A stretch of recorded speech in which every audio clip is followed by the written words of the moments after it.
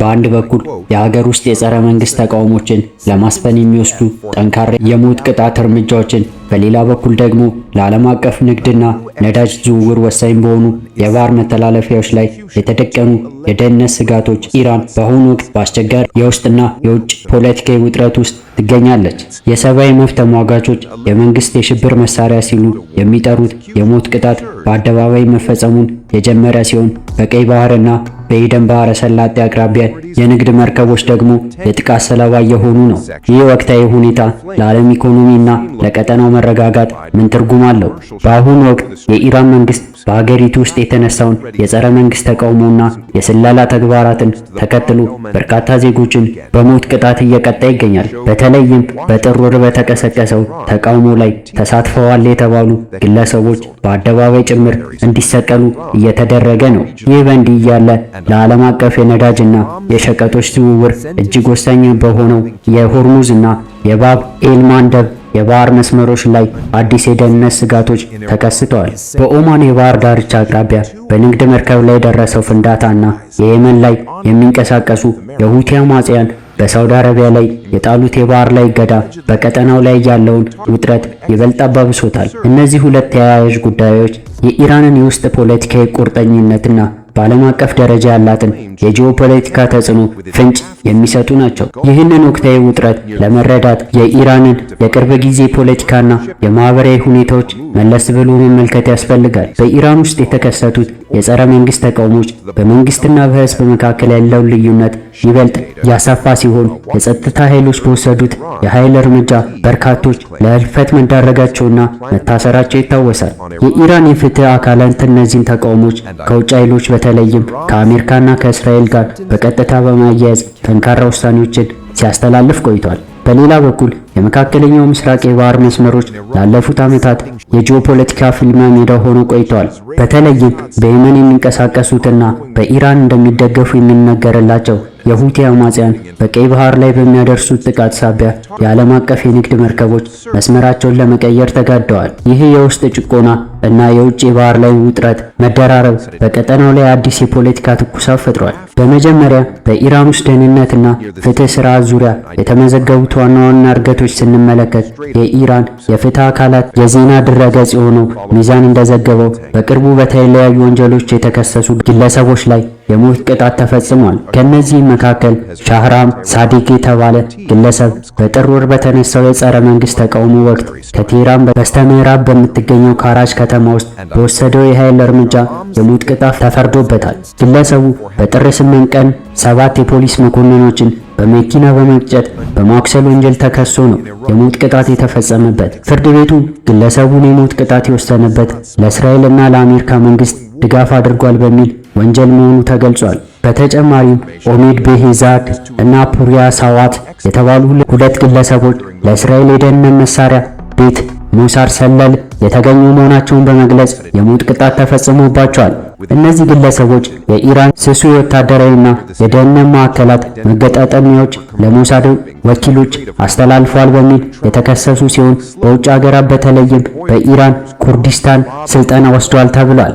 የኢራን ጠቅላይ ፍርድ ቤት የሞት ቅጣቱን ያጸደቀበት በፈጣሪ ላይ ጠላትነት ማወጅና ከጠላት ቡድኖች ጋር መተባበር በሚሉ ክሶች ነው። ሌላው አስደንጋጭ ክስተት ደግሞ አሚር ሁሴን ሳፍሪ እና አልቡዛሂ የተባሉ ሁለት ግለሰቦች በጥር ወር ተቃውሞ ወቅት 4 ፖሊሶች ገድለዋል በሚል ክስ በኢስሃድ ሸሂድ አሊ ሀኒ አደባባይ በህዝብ ፊት መሰቀላቸው ነው።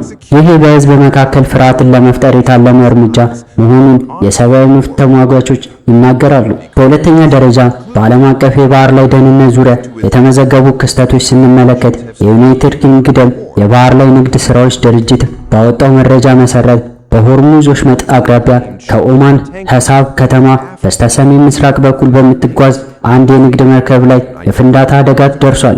የመርከቡ ካፒቴን እንደገለጸው በመርከቡ አቅራቢያ ከፍተኛ የሆነ የፍንዳታ ድምጽ ሰምተዋል። የኢራን መንግስት የዜና ወኪል IRNN አንድ መርከብ የኋለኛ ክፍል በእሳት ሲቃጠል የሚያሳይ ፎቶግራፍ ቢያወጣም ይህ መረጃ እስካሁን በተናጠል አልተረጋገጠም። ይሁን እንጂ የመርከቡ ሰራተኞች በሙሉ በሰላም መገኘታቸው ታውቋል። ይህ ክስተት በሆርሙዝ ወሽመጥ በኩል የሚደረገውን የንግድ መርከቦች ጉዞ ይበልጥ አሳሳቢ እንዲሆን አድርጎታል። በሶስተኛ ደረጃ በባኤል የባህር መተላለፊያ ላይ የታየው የንግድ እንቅስቃሴ መቀነስ ሌላው ትኩረት የሚሻ ጉዳይ ነው። የየመን የሁቲ አማጽያን በሳውዲ አረቢያ ላይ የባህር ላይ እገዳ መጣላቸውን ተከትሎ በባኤል ማንደብ በኩል የሚደረገው የንግድ እንቅስቃሴ በከፍተኛ ሁኔታ ቀንሷል። የባህር ላይ መረጃዎች እንደሚያሳዩት በዕለተ እሁድ 18 የሸቀጦች ማመላለሻ መርከቦች ብቻ መስመሩን የተሻገሩ ሲሆን ይህም በቅዳሜ 27 እና በአርብ ዕለት ከነበሩት 28 መርከቦች ሲነጻጸር ከፍተኛ ቅናሽ አሳይቷል። ይሁን እንጂ የሁቲ ማስፈራሪያ ወደ ጎን በመተው ሁለት የሳውዲ የነዳጅ መርከቦች በባኤል ማደብ ወሽመጥ በኩል መጓዛቸውን ታውቋል። በርካታ የፖለቲካና የደህንነት ባለሙያዎች እንደሚገልጹት የኢራን መንግስት የውስጥ ተቃውሞች ለመቆጣጠር የሞት ቅጣትን እንደ ዋነኛ የፍርሃት ማስፈራሪያ መሳሪያ እየተጠቀሙት ይገኛሉ። የፍትህ ስርዓቱ በግልጽነት የማይሰሩ መሆኑና ተከሳሾች ጠበቃ የማግኘት መብታቸው መገደቡ ጉዳዩን ይበልጥ አሳሳቢ ያደርገዋል። በሌላ በኩል በዓለም አቀፍ የባህር መስመሮች ላይ እየደረሱ ያሉ ጥቃቶች የዓለም አቀፉን የኢኮኖሚ መዋቅር ሊያናጉ እንደሚችሉ የኢኮኖሚ ባለሙያዎች ያስጠነቅቃሉ። በሆርሙዝ እና በባኤል ማደብ በኩል የሚተላለፉ የነዳጅና የሸቀጥ መጠን እጅግ ከፍተኛ በመሆኑ በእነዚህ መስመሮች ላይ የሚፈጠረው ማንኛውም መስተጓጎል በዓለም አቀፍ ደረጃ የነዳጅ ዋጋ እንዲነርና የዋጋ ግሽበት እንዲከሰት የማድረግ አቅም አለው። ይህ ደግሞ በተለይም በማደግ ላይ ባሉ ሀገራት ላይ የኑሮ ውድነት ሊያስከትል ይችላል። የሰብአዊ መብት ተሟጋች ድርጅቶች በኢራን እየተፈጸመ ያለውን የሞት ቅጣት በከፍተኛ ሁኔታ እያወገዙ ይገኛሉ። የኢራን የሰብአዊ መብት ድርጅቶች ዳይሬክተር የሆኑት መሐመድ አሚር ሞገዳም እንደገለጹት በአደባባይ የሚፈጸሙት የሞት ቅጣቶች ህዝቡን ለማስፈራራት የሚደረጉ የመንግስት ሽብር መሳሪያዎች ናቸው። የሰብአዊ መብት ተሟጋቾች መረጃ እንደሚያሳየው በፖሊሶች ግድያ ተሳትፏል በሚል ክስ እስካሁን 14 ሰዎች የሞት ቅጣት ተፈርዶባቸዋል። የሰብአዊ መብት ተሟጋች ድርጅቶች እነዚህን ግለሰቦች ፍትሃዊ የፍርድ ሂደት እንደሚያገኙና የእምነት ቃላቸውን በምርመራ ወቅት በኃይል እንዲሰጡ ተገደው የተገኙ ሊሆን እንደሚችል በስጋት ይገልጻል። የኢራን ህዝብ በእነዚህ ድርጅቶች ሳቢያ በከፍተኛ ጭንቀትና ፍርሃት ውስጥ እንደሚገኝ ይነገራል። ወደፊትስ ምን ሊጠብቀን ይችላል? በኢራን ውስጥ ያለው የውስጥ ውጥረት እና በዓለም አቀፍ የባህር መስመሮች ላይ የተደቀነው አደጋ በቀጣዮቹ ወራት ተባብሶ ሊቀጥል እንደሚችል ይገመታል።